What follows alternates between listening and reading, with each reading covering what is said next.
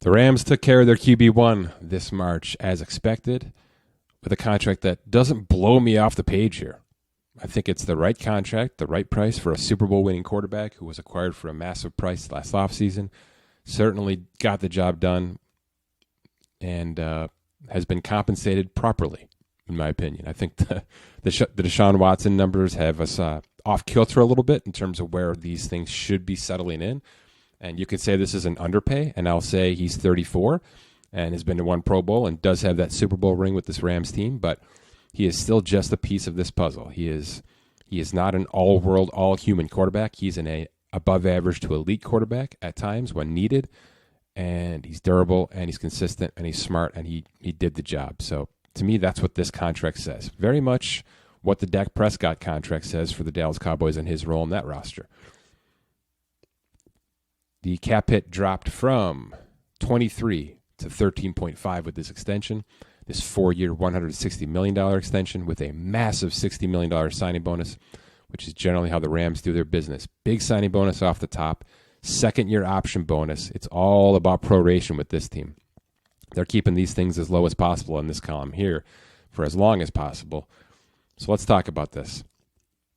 Obviously, I've got this pushed out to 4 years in terms of the potential out, even though just 63 is fully guaranteed at signing, which is basically 2022 and a little bit of 2023, right? It's all of this plus this. That's the full guarantee at signing. However, the early guarantee mechanism is built in all over the place here. So next March, the option bonus fully guarantees. That's a $26 million bonus there. The 2024 salary fully guarantees. So you're talking another $57 million fully locking in next March, probably around the third or fourth day of the league year. That brings us into big time numbers. That brings us over that $110 million mark in terms of guarantees over the next 18 months or so, not even 12 months or so. So plenty of dead cap pushed way up this spectrum right now. As you can see, $36 million here, $24 million here. I'm not sure the Rams are afraid of dead cap. They've shown that over the past 3 seasons with outright releases, with big-time trades that didn't financially affect their cap, the way many teams would like to. But that's not what they're worried about here. They want this guy for 3 years minimum, and they'll deal with this structure as they have to, right? Right now, there's probably no restructure planned because of the double bonus, because of the 60 here and the 26 here. But if they have to, obviously that's the number we're looking at. If things are going well at age 36 for Matt Stafford and this Rams team, and they're still in some sort of contention window, if Donald's still Donald, if Cooper Kupp has been extended and can still ball out, if they still got things ticking the way they want to, then we start to push this into a restructure here, lower this cap hit to something more tenable, obviously do some damage on the back end of this contract. Could be a situation where they simply just rip it up as well at that point. But the problem the Rams get themselves in with these bonuses is, even as you go all the way down this contract, you're still sitting with dead cap, dead cap, dead cap, dead cap, dead cap, dead cap. That's all got to transfer to some sort of restructured extension, or obviously has to sit on the cap if there's any kind of release or trade out of here. So, that's the price they paid with Jared Goff. That's the price they paid with Gurley.